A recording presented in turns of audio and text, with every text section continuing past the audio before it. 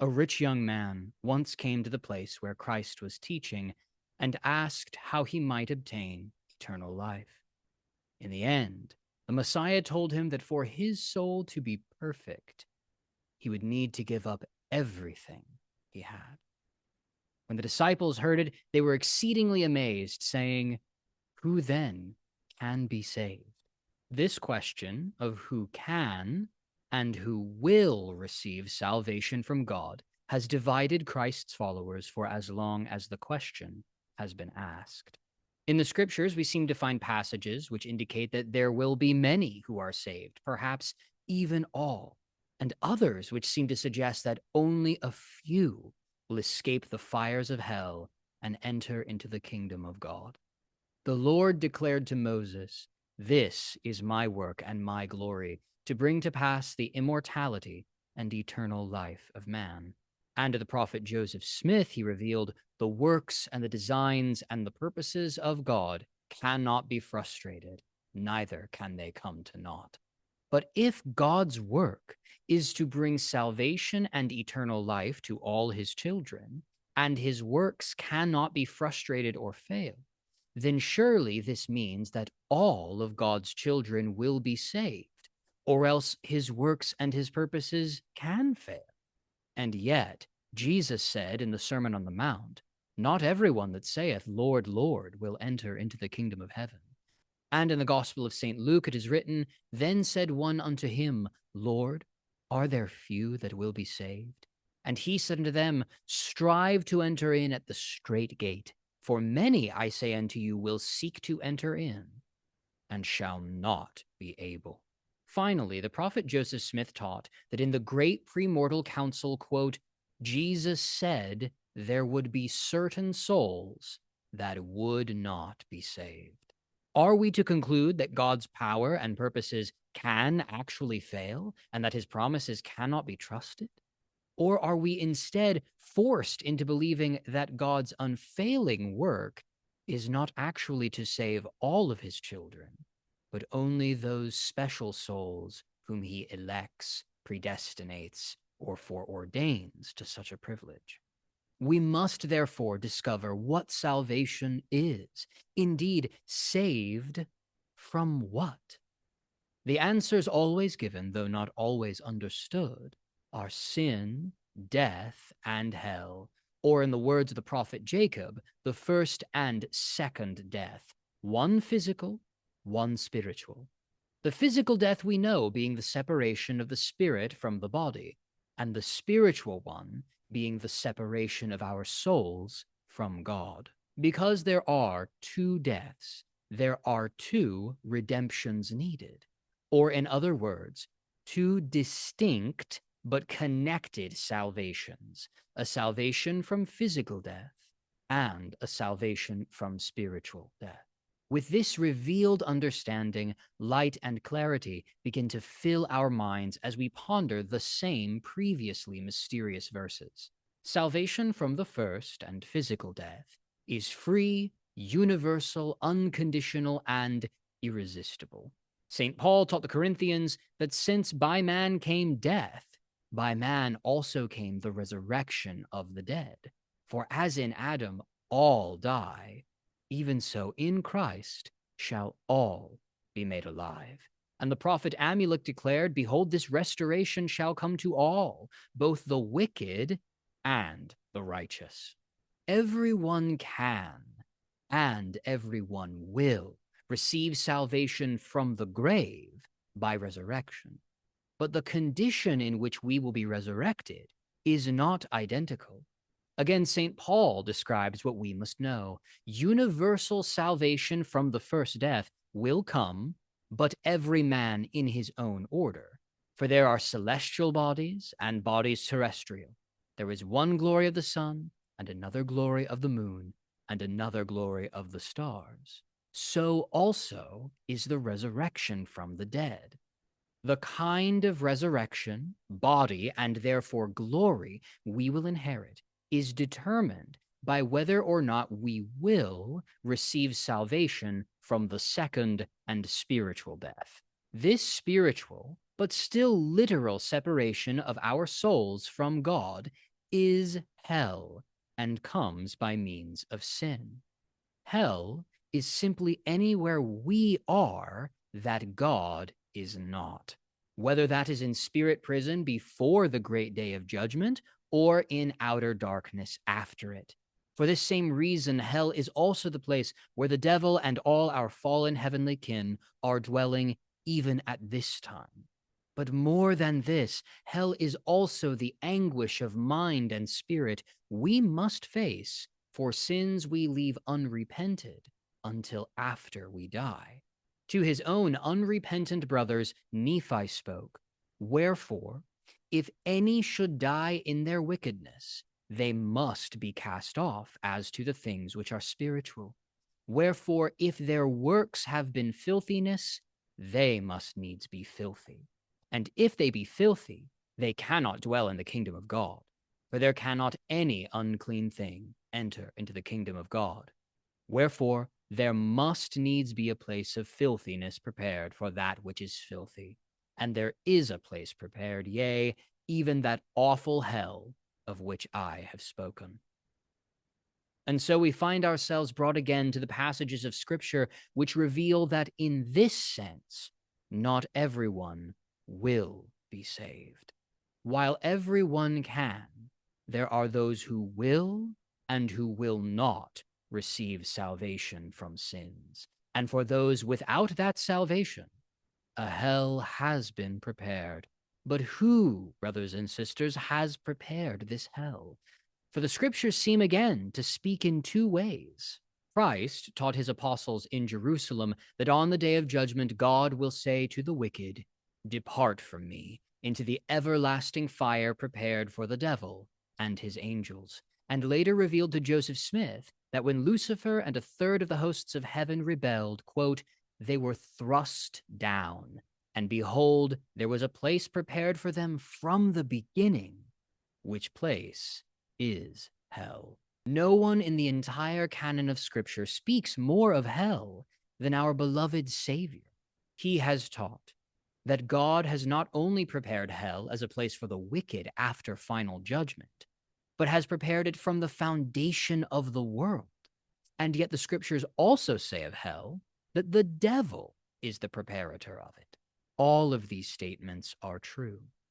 Though God did prepare hell even before his rebellion as a place for the devil will prepare it for us if we do not accept the atonement of Christ and die wholly in our sins. And if we do die in those sins, unrepented and unreconciled to God, then his wrath, which is the law of justice, will be upon us. But the gospel of Jesus Christ is his plea to escape that wrath through a different law, the law of mercy.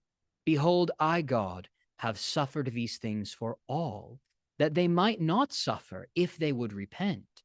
But if they would not repent, they must suffer even as I, which suffering caused myself, even God, the greatest of all, to tremble because of pain. Wherefore I command you to repent, lest you suffer these punishments of which I have spoken, and your sufferings be sore. How sore you know not, how exquisite you know not, yea, how hard to bear you know not." All sins must be and have already been suffered for.